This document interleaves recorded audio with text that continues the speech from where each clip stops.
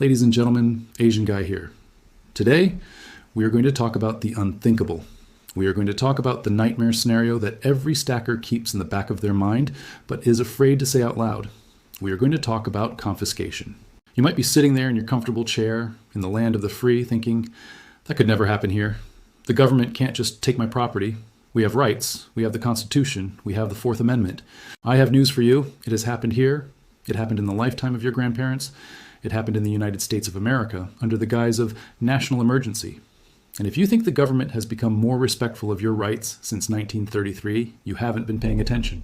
Let's go back to April 5th, 1933. Franklin Delano Roosevelt signed Executive Order 612. It was a simple order. It essentially said, "It is now illegal for any citizen to own more than $100 worth of gold coin, gold bullion, or gold certificates." It demanded that every citizen turn in their gold to the Federal Reserve by May 1st. If you didn't comply, you faced a $10,000 fine, which is like $250,000 today, or 10 years in prison. Think about that. Owning sound money, the money of the Constitution, was criminalized overnight. They turned law-abiding savers into felons with the stroke of a pen. Why did they do it? Was it because they hated gold? No. It was because the government was broke. They had printed too much paper money to fight World War I and to fund the Roaring Twenties.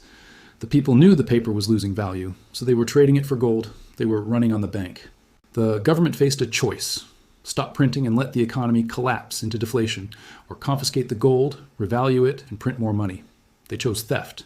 They forced you to sell your gold to them for $20.67 an ounce. Then, a few months later, they revalued gold to $35 an ounce. They stole roughly 40% of the purchasing power of every gold holder in America instantly. They used that stolen wealth to recapitalize the banking system and launch the New Deal. The safety of the banking system was bought with the looted wealth of the prudent citizen. Now, fast forward to today. Look at the debt. $35 trillion. Look at the unfunded liabilities. $200 trillion. Look at the repo spikes. Look at the silver squeeze. The situation today is not just similar to 1933, it is mathematically worse. The leverage is higher, the insolvency is deeper, the desperation is more palpable. Do you think a government facing a sovereign debt collapse will hesitate to seize your assets?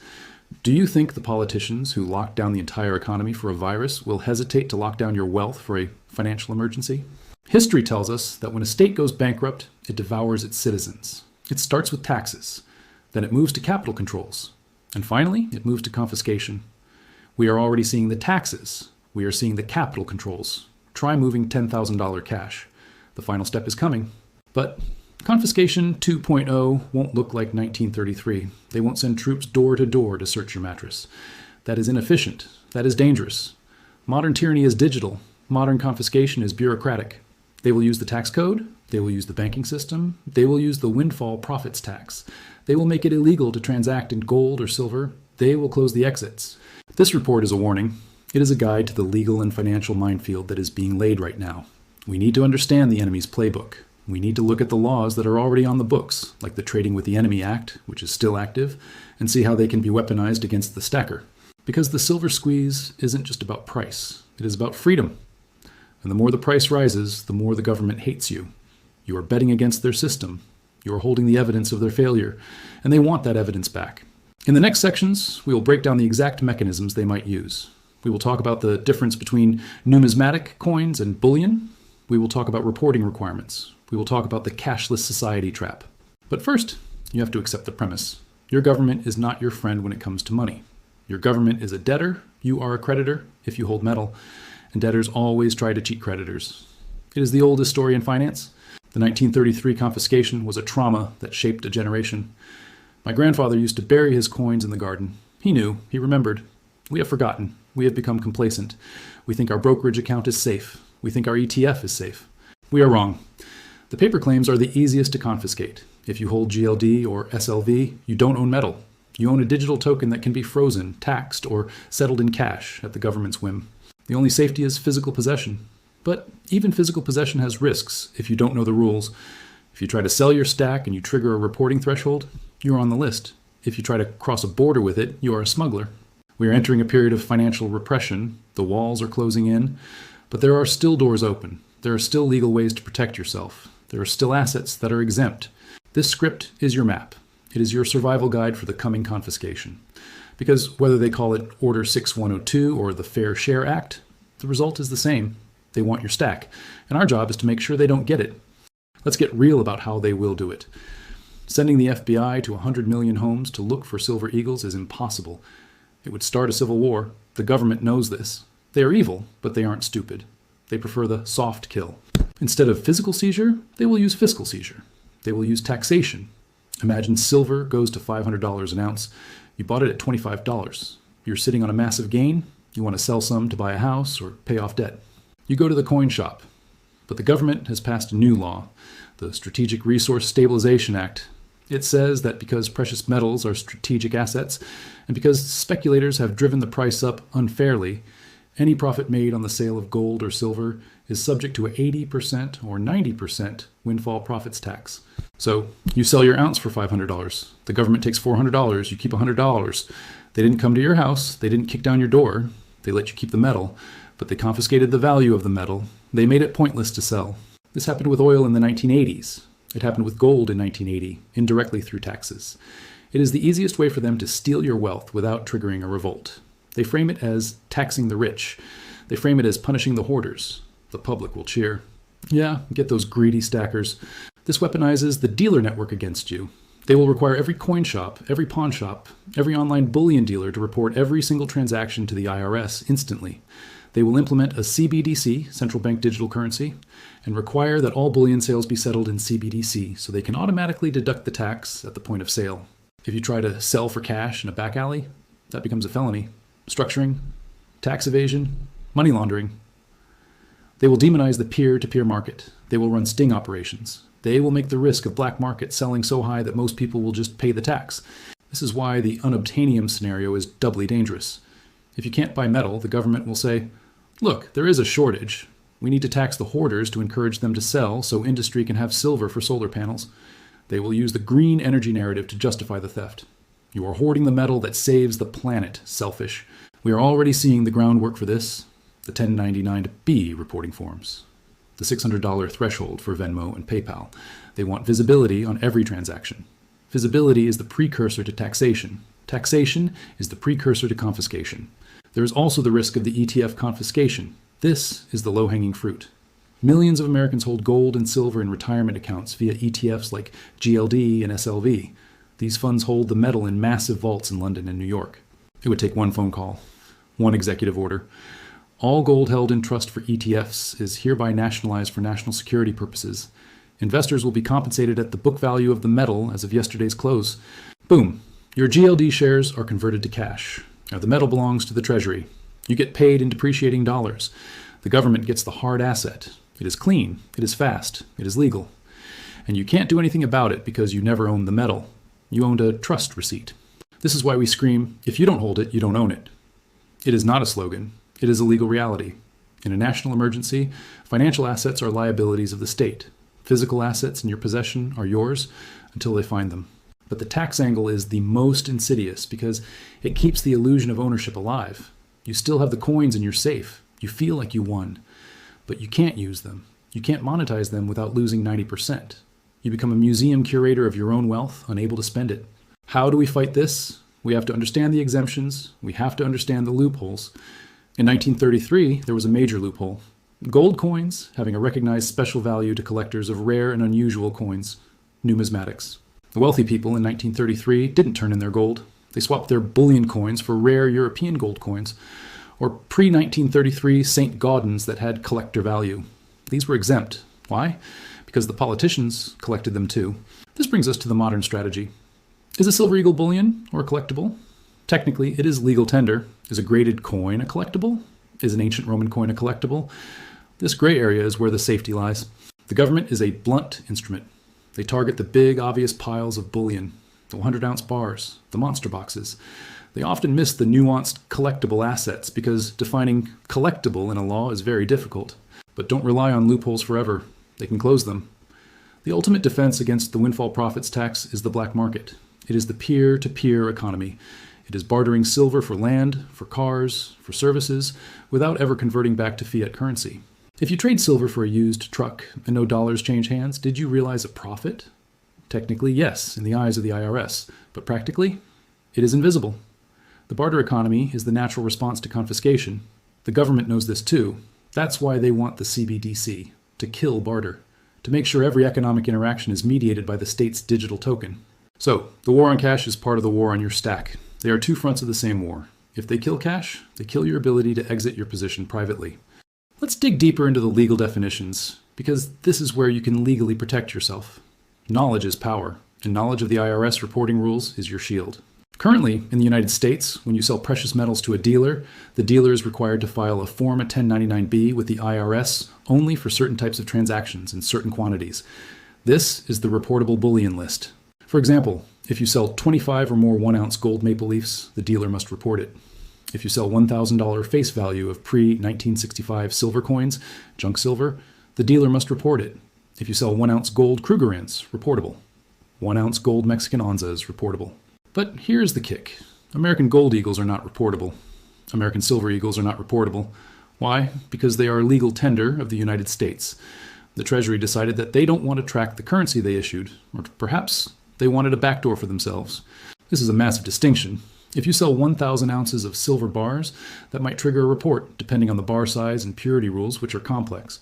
But if you sell 1,000 American silver eagles, there is generally no federal 1099-B requirement for the dealer, though local laws and anti-money laundering, suspicious activity rules still apply. This does not mean you don't owe taxes. You legally owe capital gains tax on any profit. But the automatic reporting mechanism is different. It creates a layer of privacy. Privacy is safety. If the government doesn't have a database of who sold what, it is harder for them to enforce a retroactive tax or confiscation.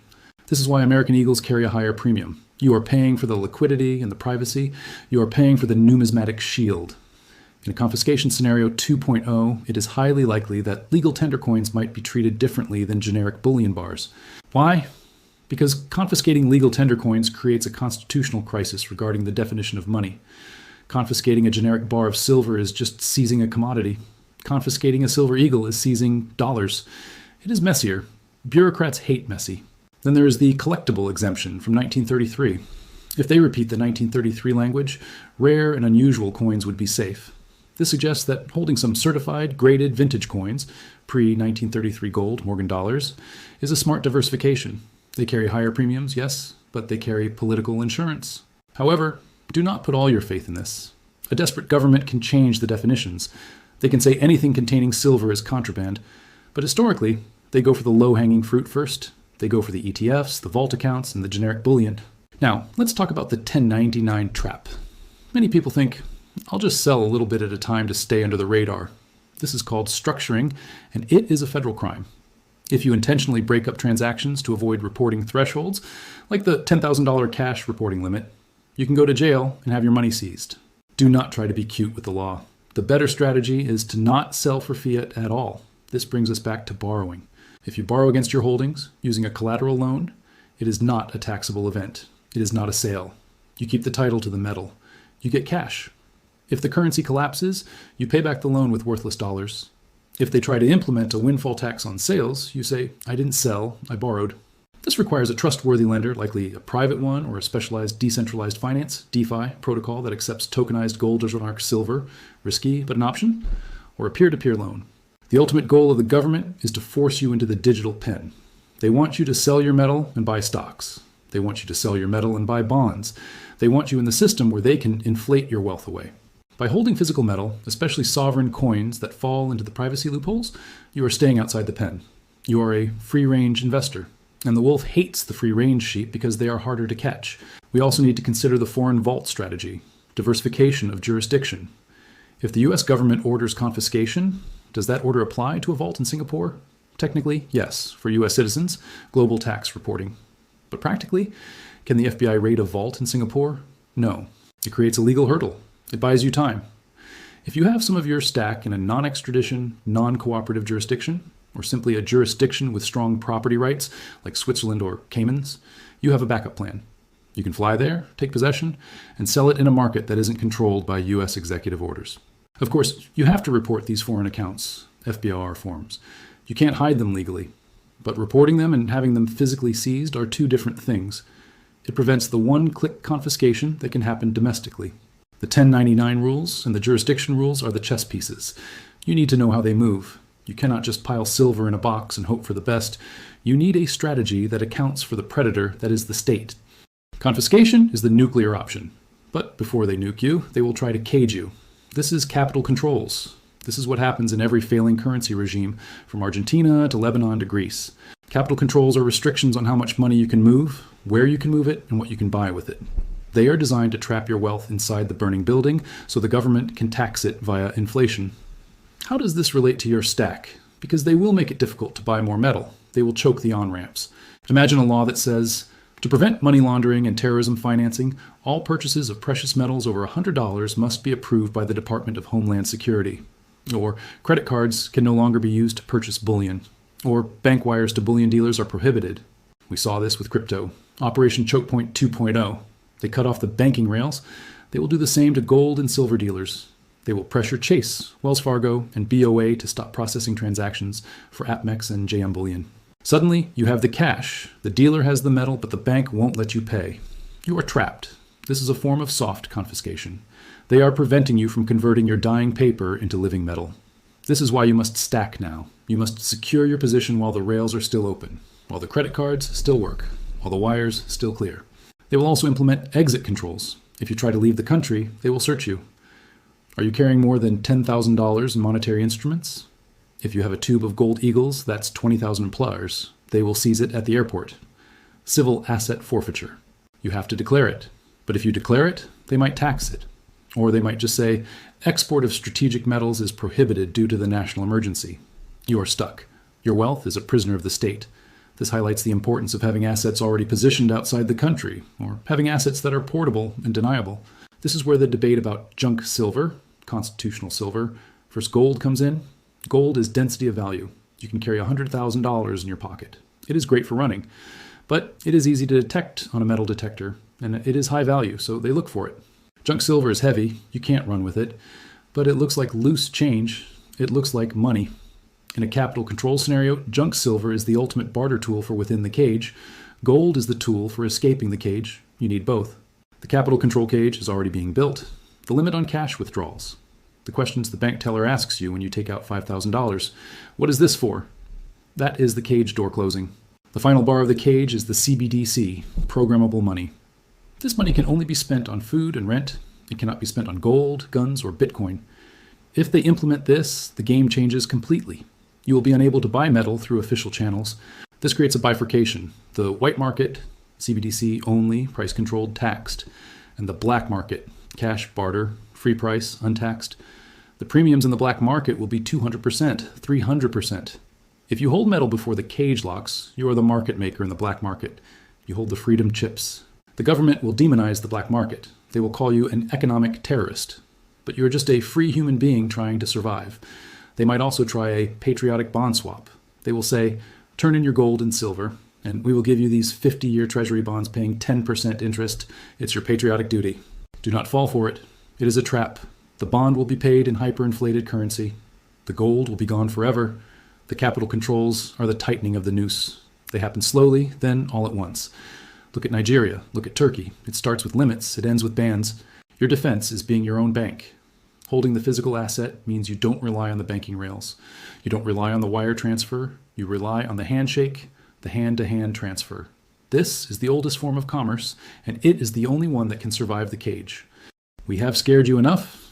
Now let's empower you. How do you survive Executive Order 6102 2.0? How do you protect your family's legacy? Rule number 1, silence. The first rule of Fight Club is you do not talk about Fight Club. The first rule of stacking is you do not talk about your stack. Do not post photos on Instagram. Do not tell your neighbors. Do not tell your coworkers. Loose lips sink ships. If nobody knows you have it, nobody can come looking for it. Rule number 2, no paper trails. Stop buying with credit cards. Stop buying with bank wires. Go to the local coin shop. Rule number 3, diversify location. Do not keep it all in one safe. If a burglar comes or the FBI comes with a warrant, you don't want to lose 100%. Midnight gardening. Bury some, hide some in the attic. Hide some at a trusted relative's house, if you trust them with your life. Use a private, non-bank vault. Risky, but better than a bank box. Never ever use a bank safety deposit box. During a bank holiday, the box is sealed. You can't get to it. And when they open it, the IRS agent might be standing right there. Rule number 4, Diversify assets. Get some numismatics. Pre-1933 gold, $20 St. Gaudens, $10 Indians. Get some Morgan dollars. If they do a bullion confiscation, these might be exempt. It's an insurance policy on your insurance policy. Get some jewelry. 24K gold chains. In many cultures, this is how wealth is stored. The government rarely confiscates jewelry because it is personal property. Rule number 5, know your boat. The boating accident meme exists for a reason. If they come asking, you need a plausible reason why you don't have it anymore. I sold it to a guy at a coin show. I gambled it away. It fell off the boat. The burden of proof is on them to find it. If you bought with cash, there's no proof you still have it. Rule number 6, be ready to move. If the US becomes fully totalitarian, if they implement a draconian confiscation with prison time, you might need to leave. Have a passport. Have some gold that is easy to transport. Gold buffaloes, small bars. Have a plan. The government relies on fear and compliance, but they simply do not have the manpower to enforce a total confiscation on 330 million people and 400 million guns. They rely on you volunteering your wealth. In 1933, many people complied, but many didn't. The people who didn't comply kept their wealth. The people who complied lost 40%. It was an IQ test. It was a compliance test. This time, the compliance will be lower. Trust in government is at an all-time low. Information spreads instantly. We know the game. We know they're stealing from us via inflation. We are not going to hand over our only shield. The executive order might be signed. The law might be passed. But a law that cannot be enforced is just a suggestion. And the laws of economics, supply and demand, bad money drives out good, are stronger than the laws of men. Hold your ground, hold your mettle. Be smart, be private. And remember, you are the custodian of history. You are holding the money of kings, of apostles, of empires. It has outlasted Rome. It has outlasted the British Empire. It will outlast the Federal Reserve. They can try to take it. But if you are smart, they will fail. The stack is yours. Keep it that way. I am John A.G. The government is broke. They are coming for the collateral. Make sure yours is out of reach. Stay safe, stay stacked, and stay free.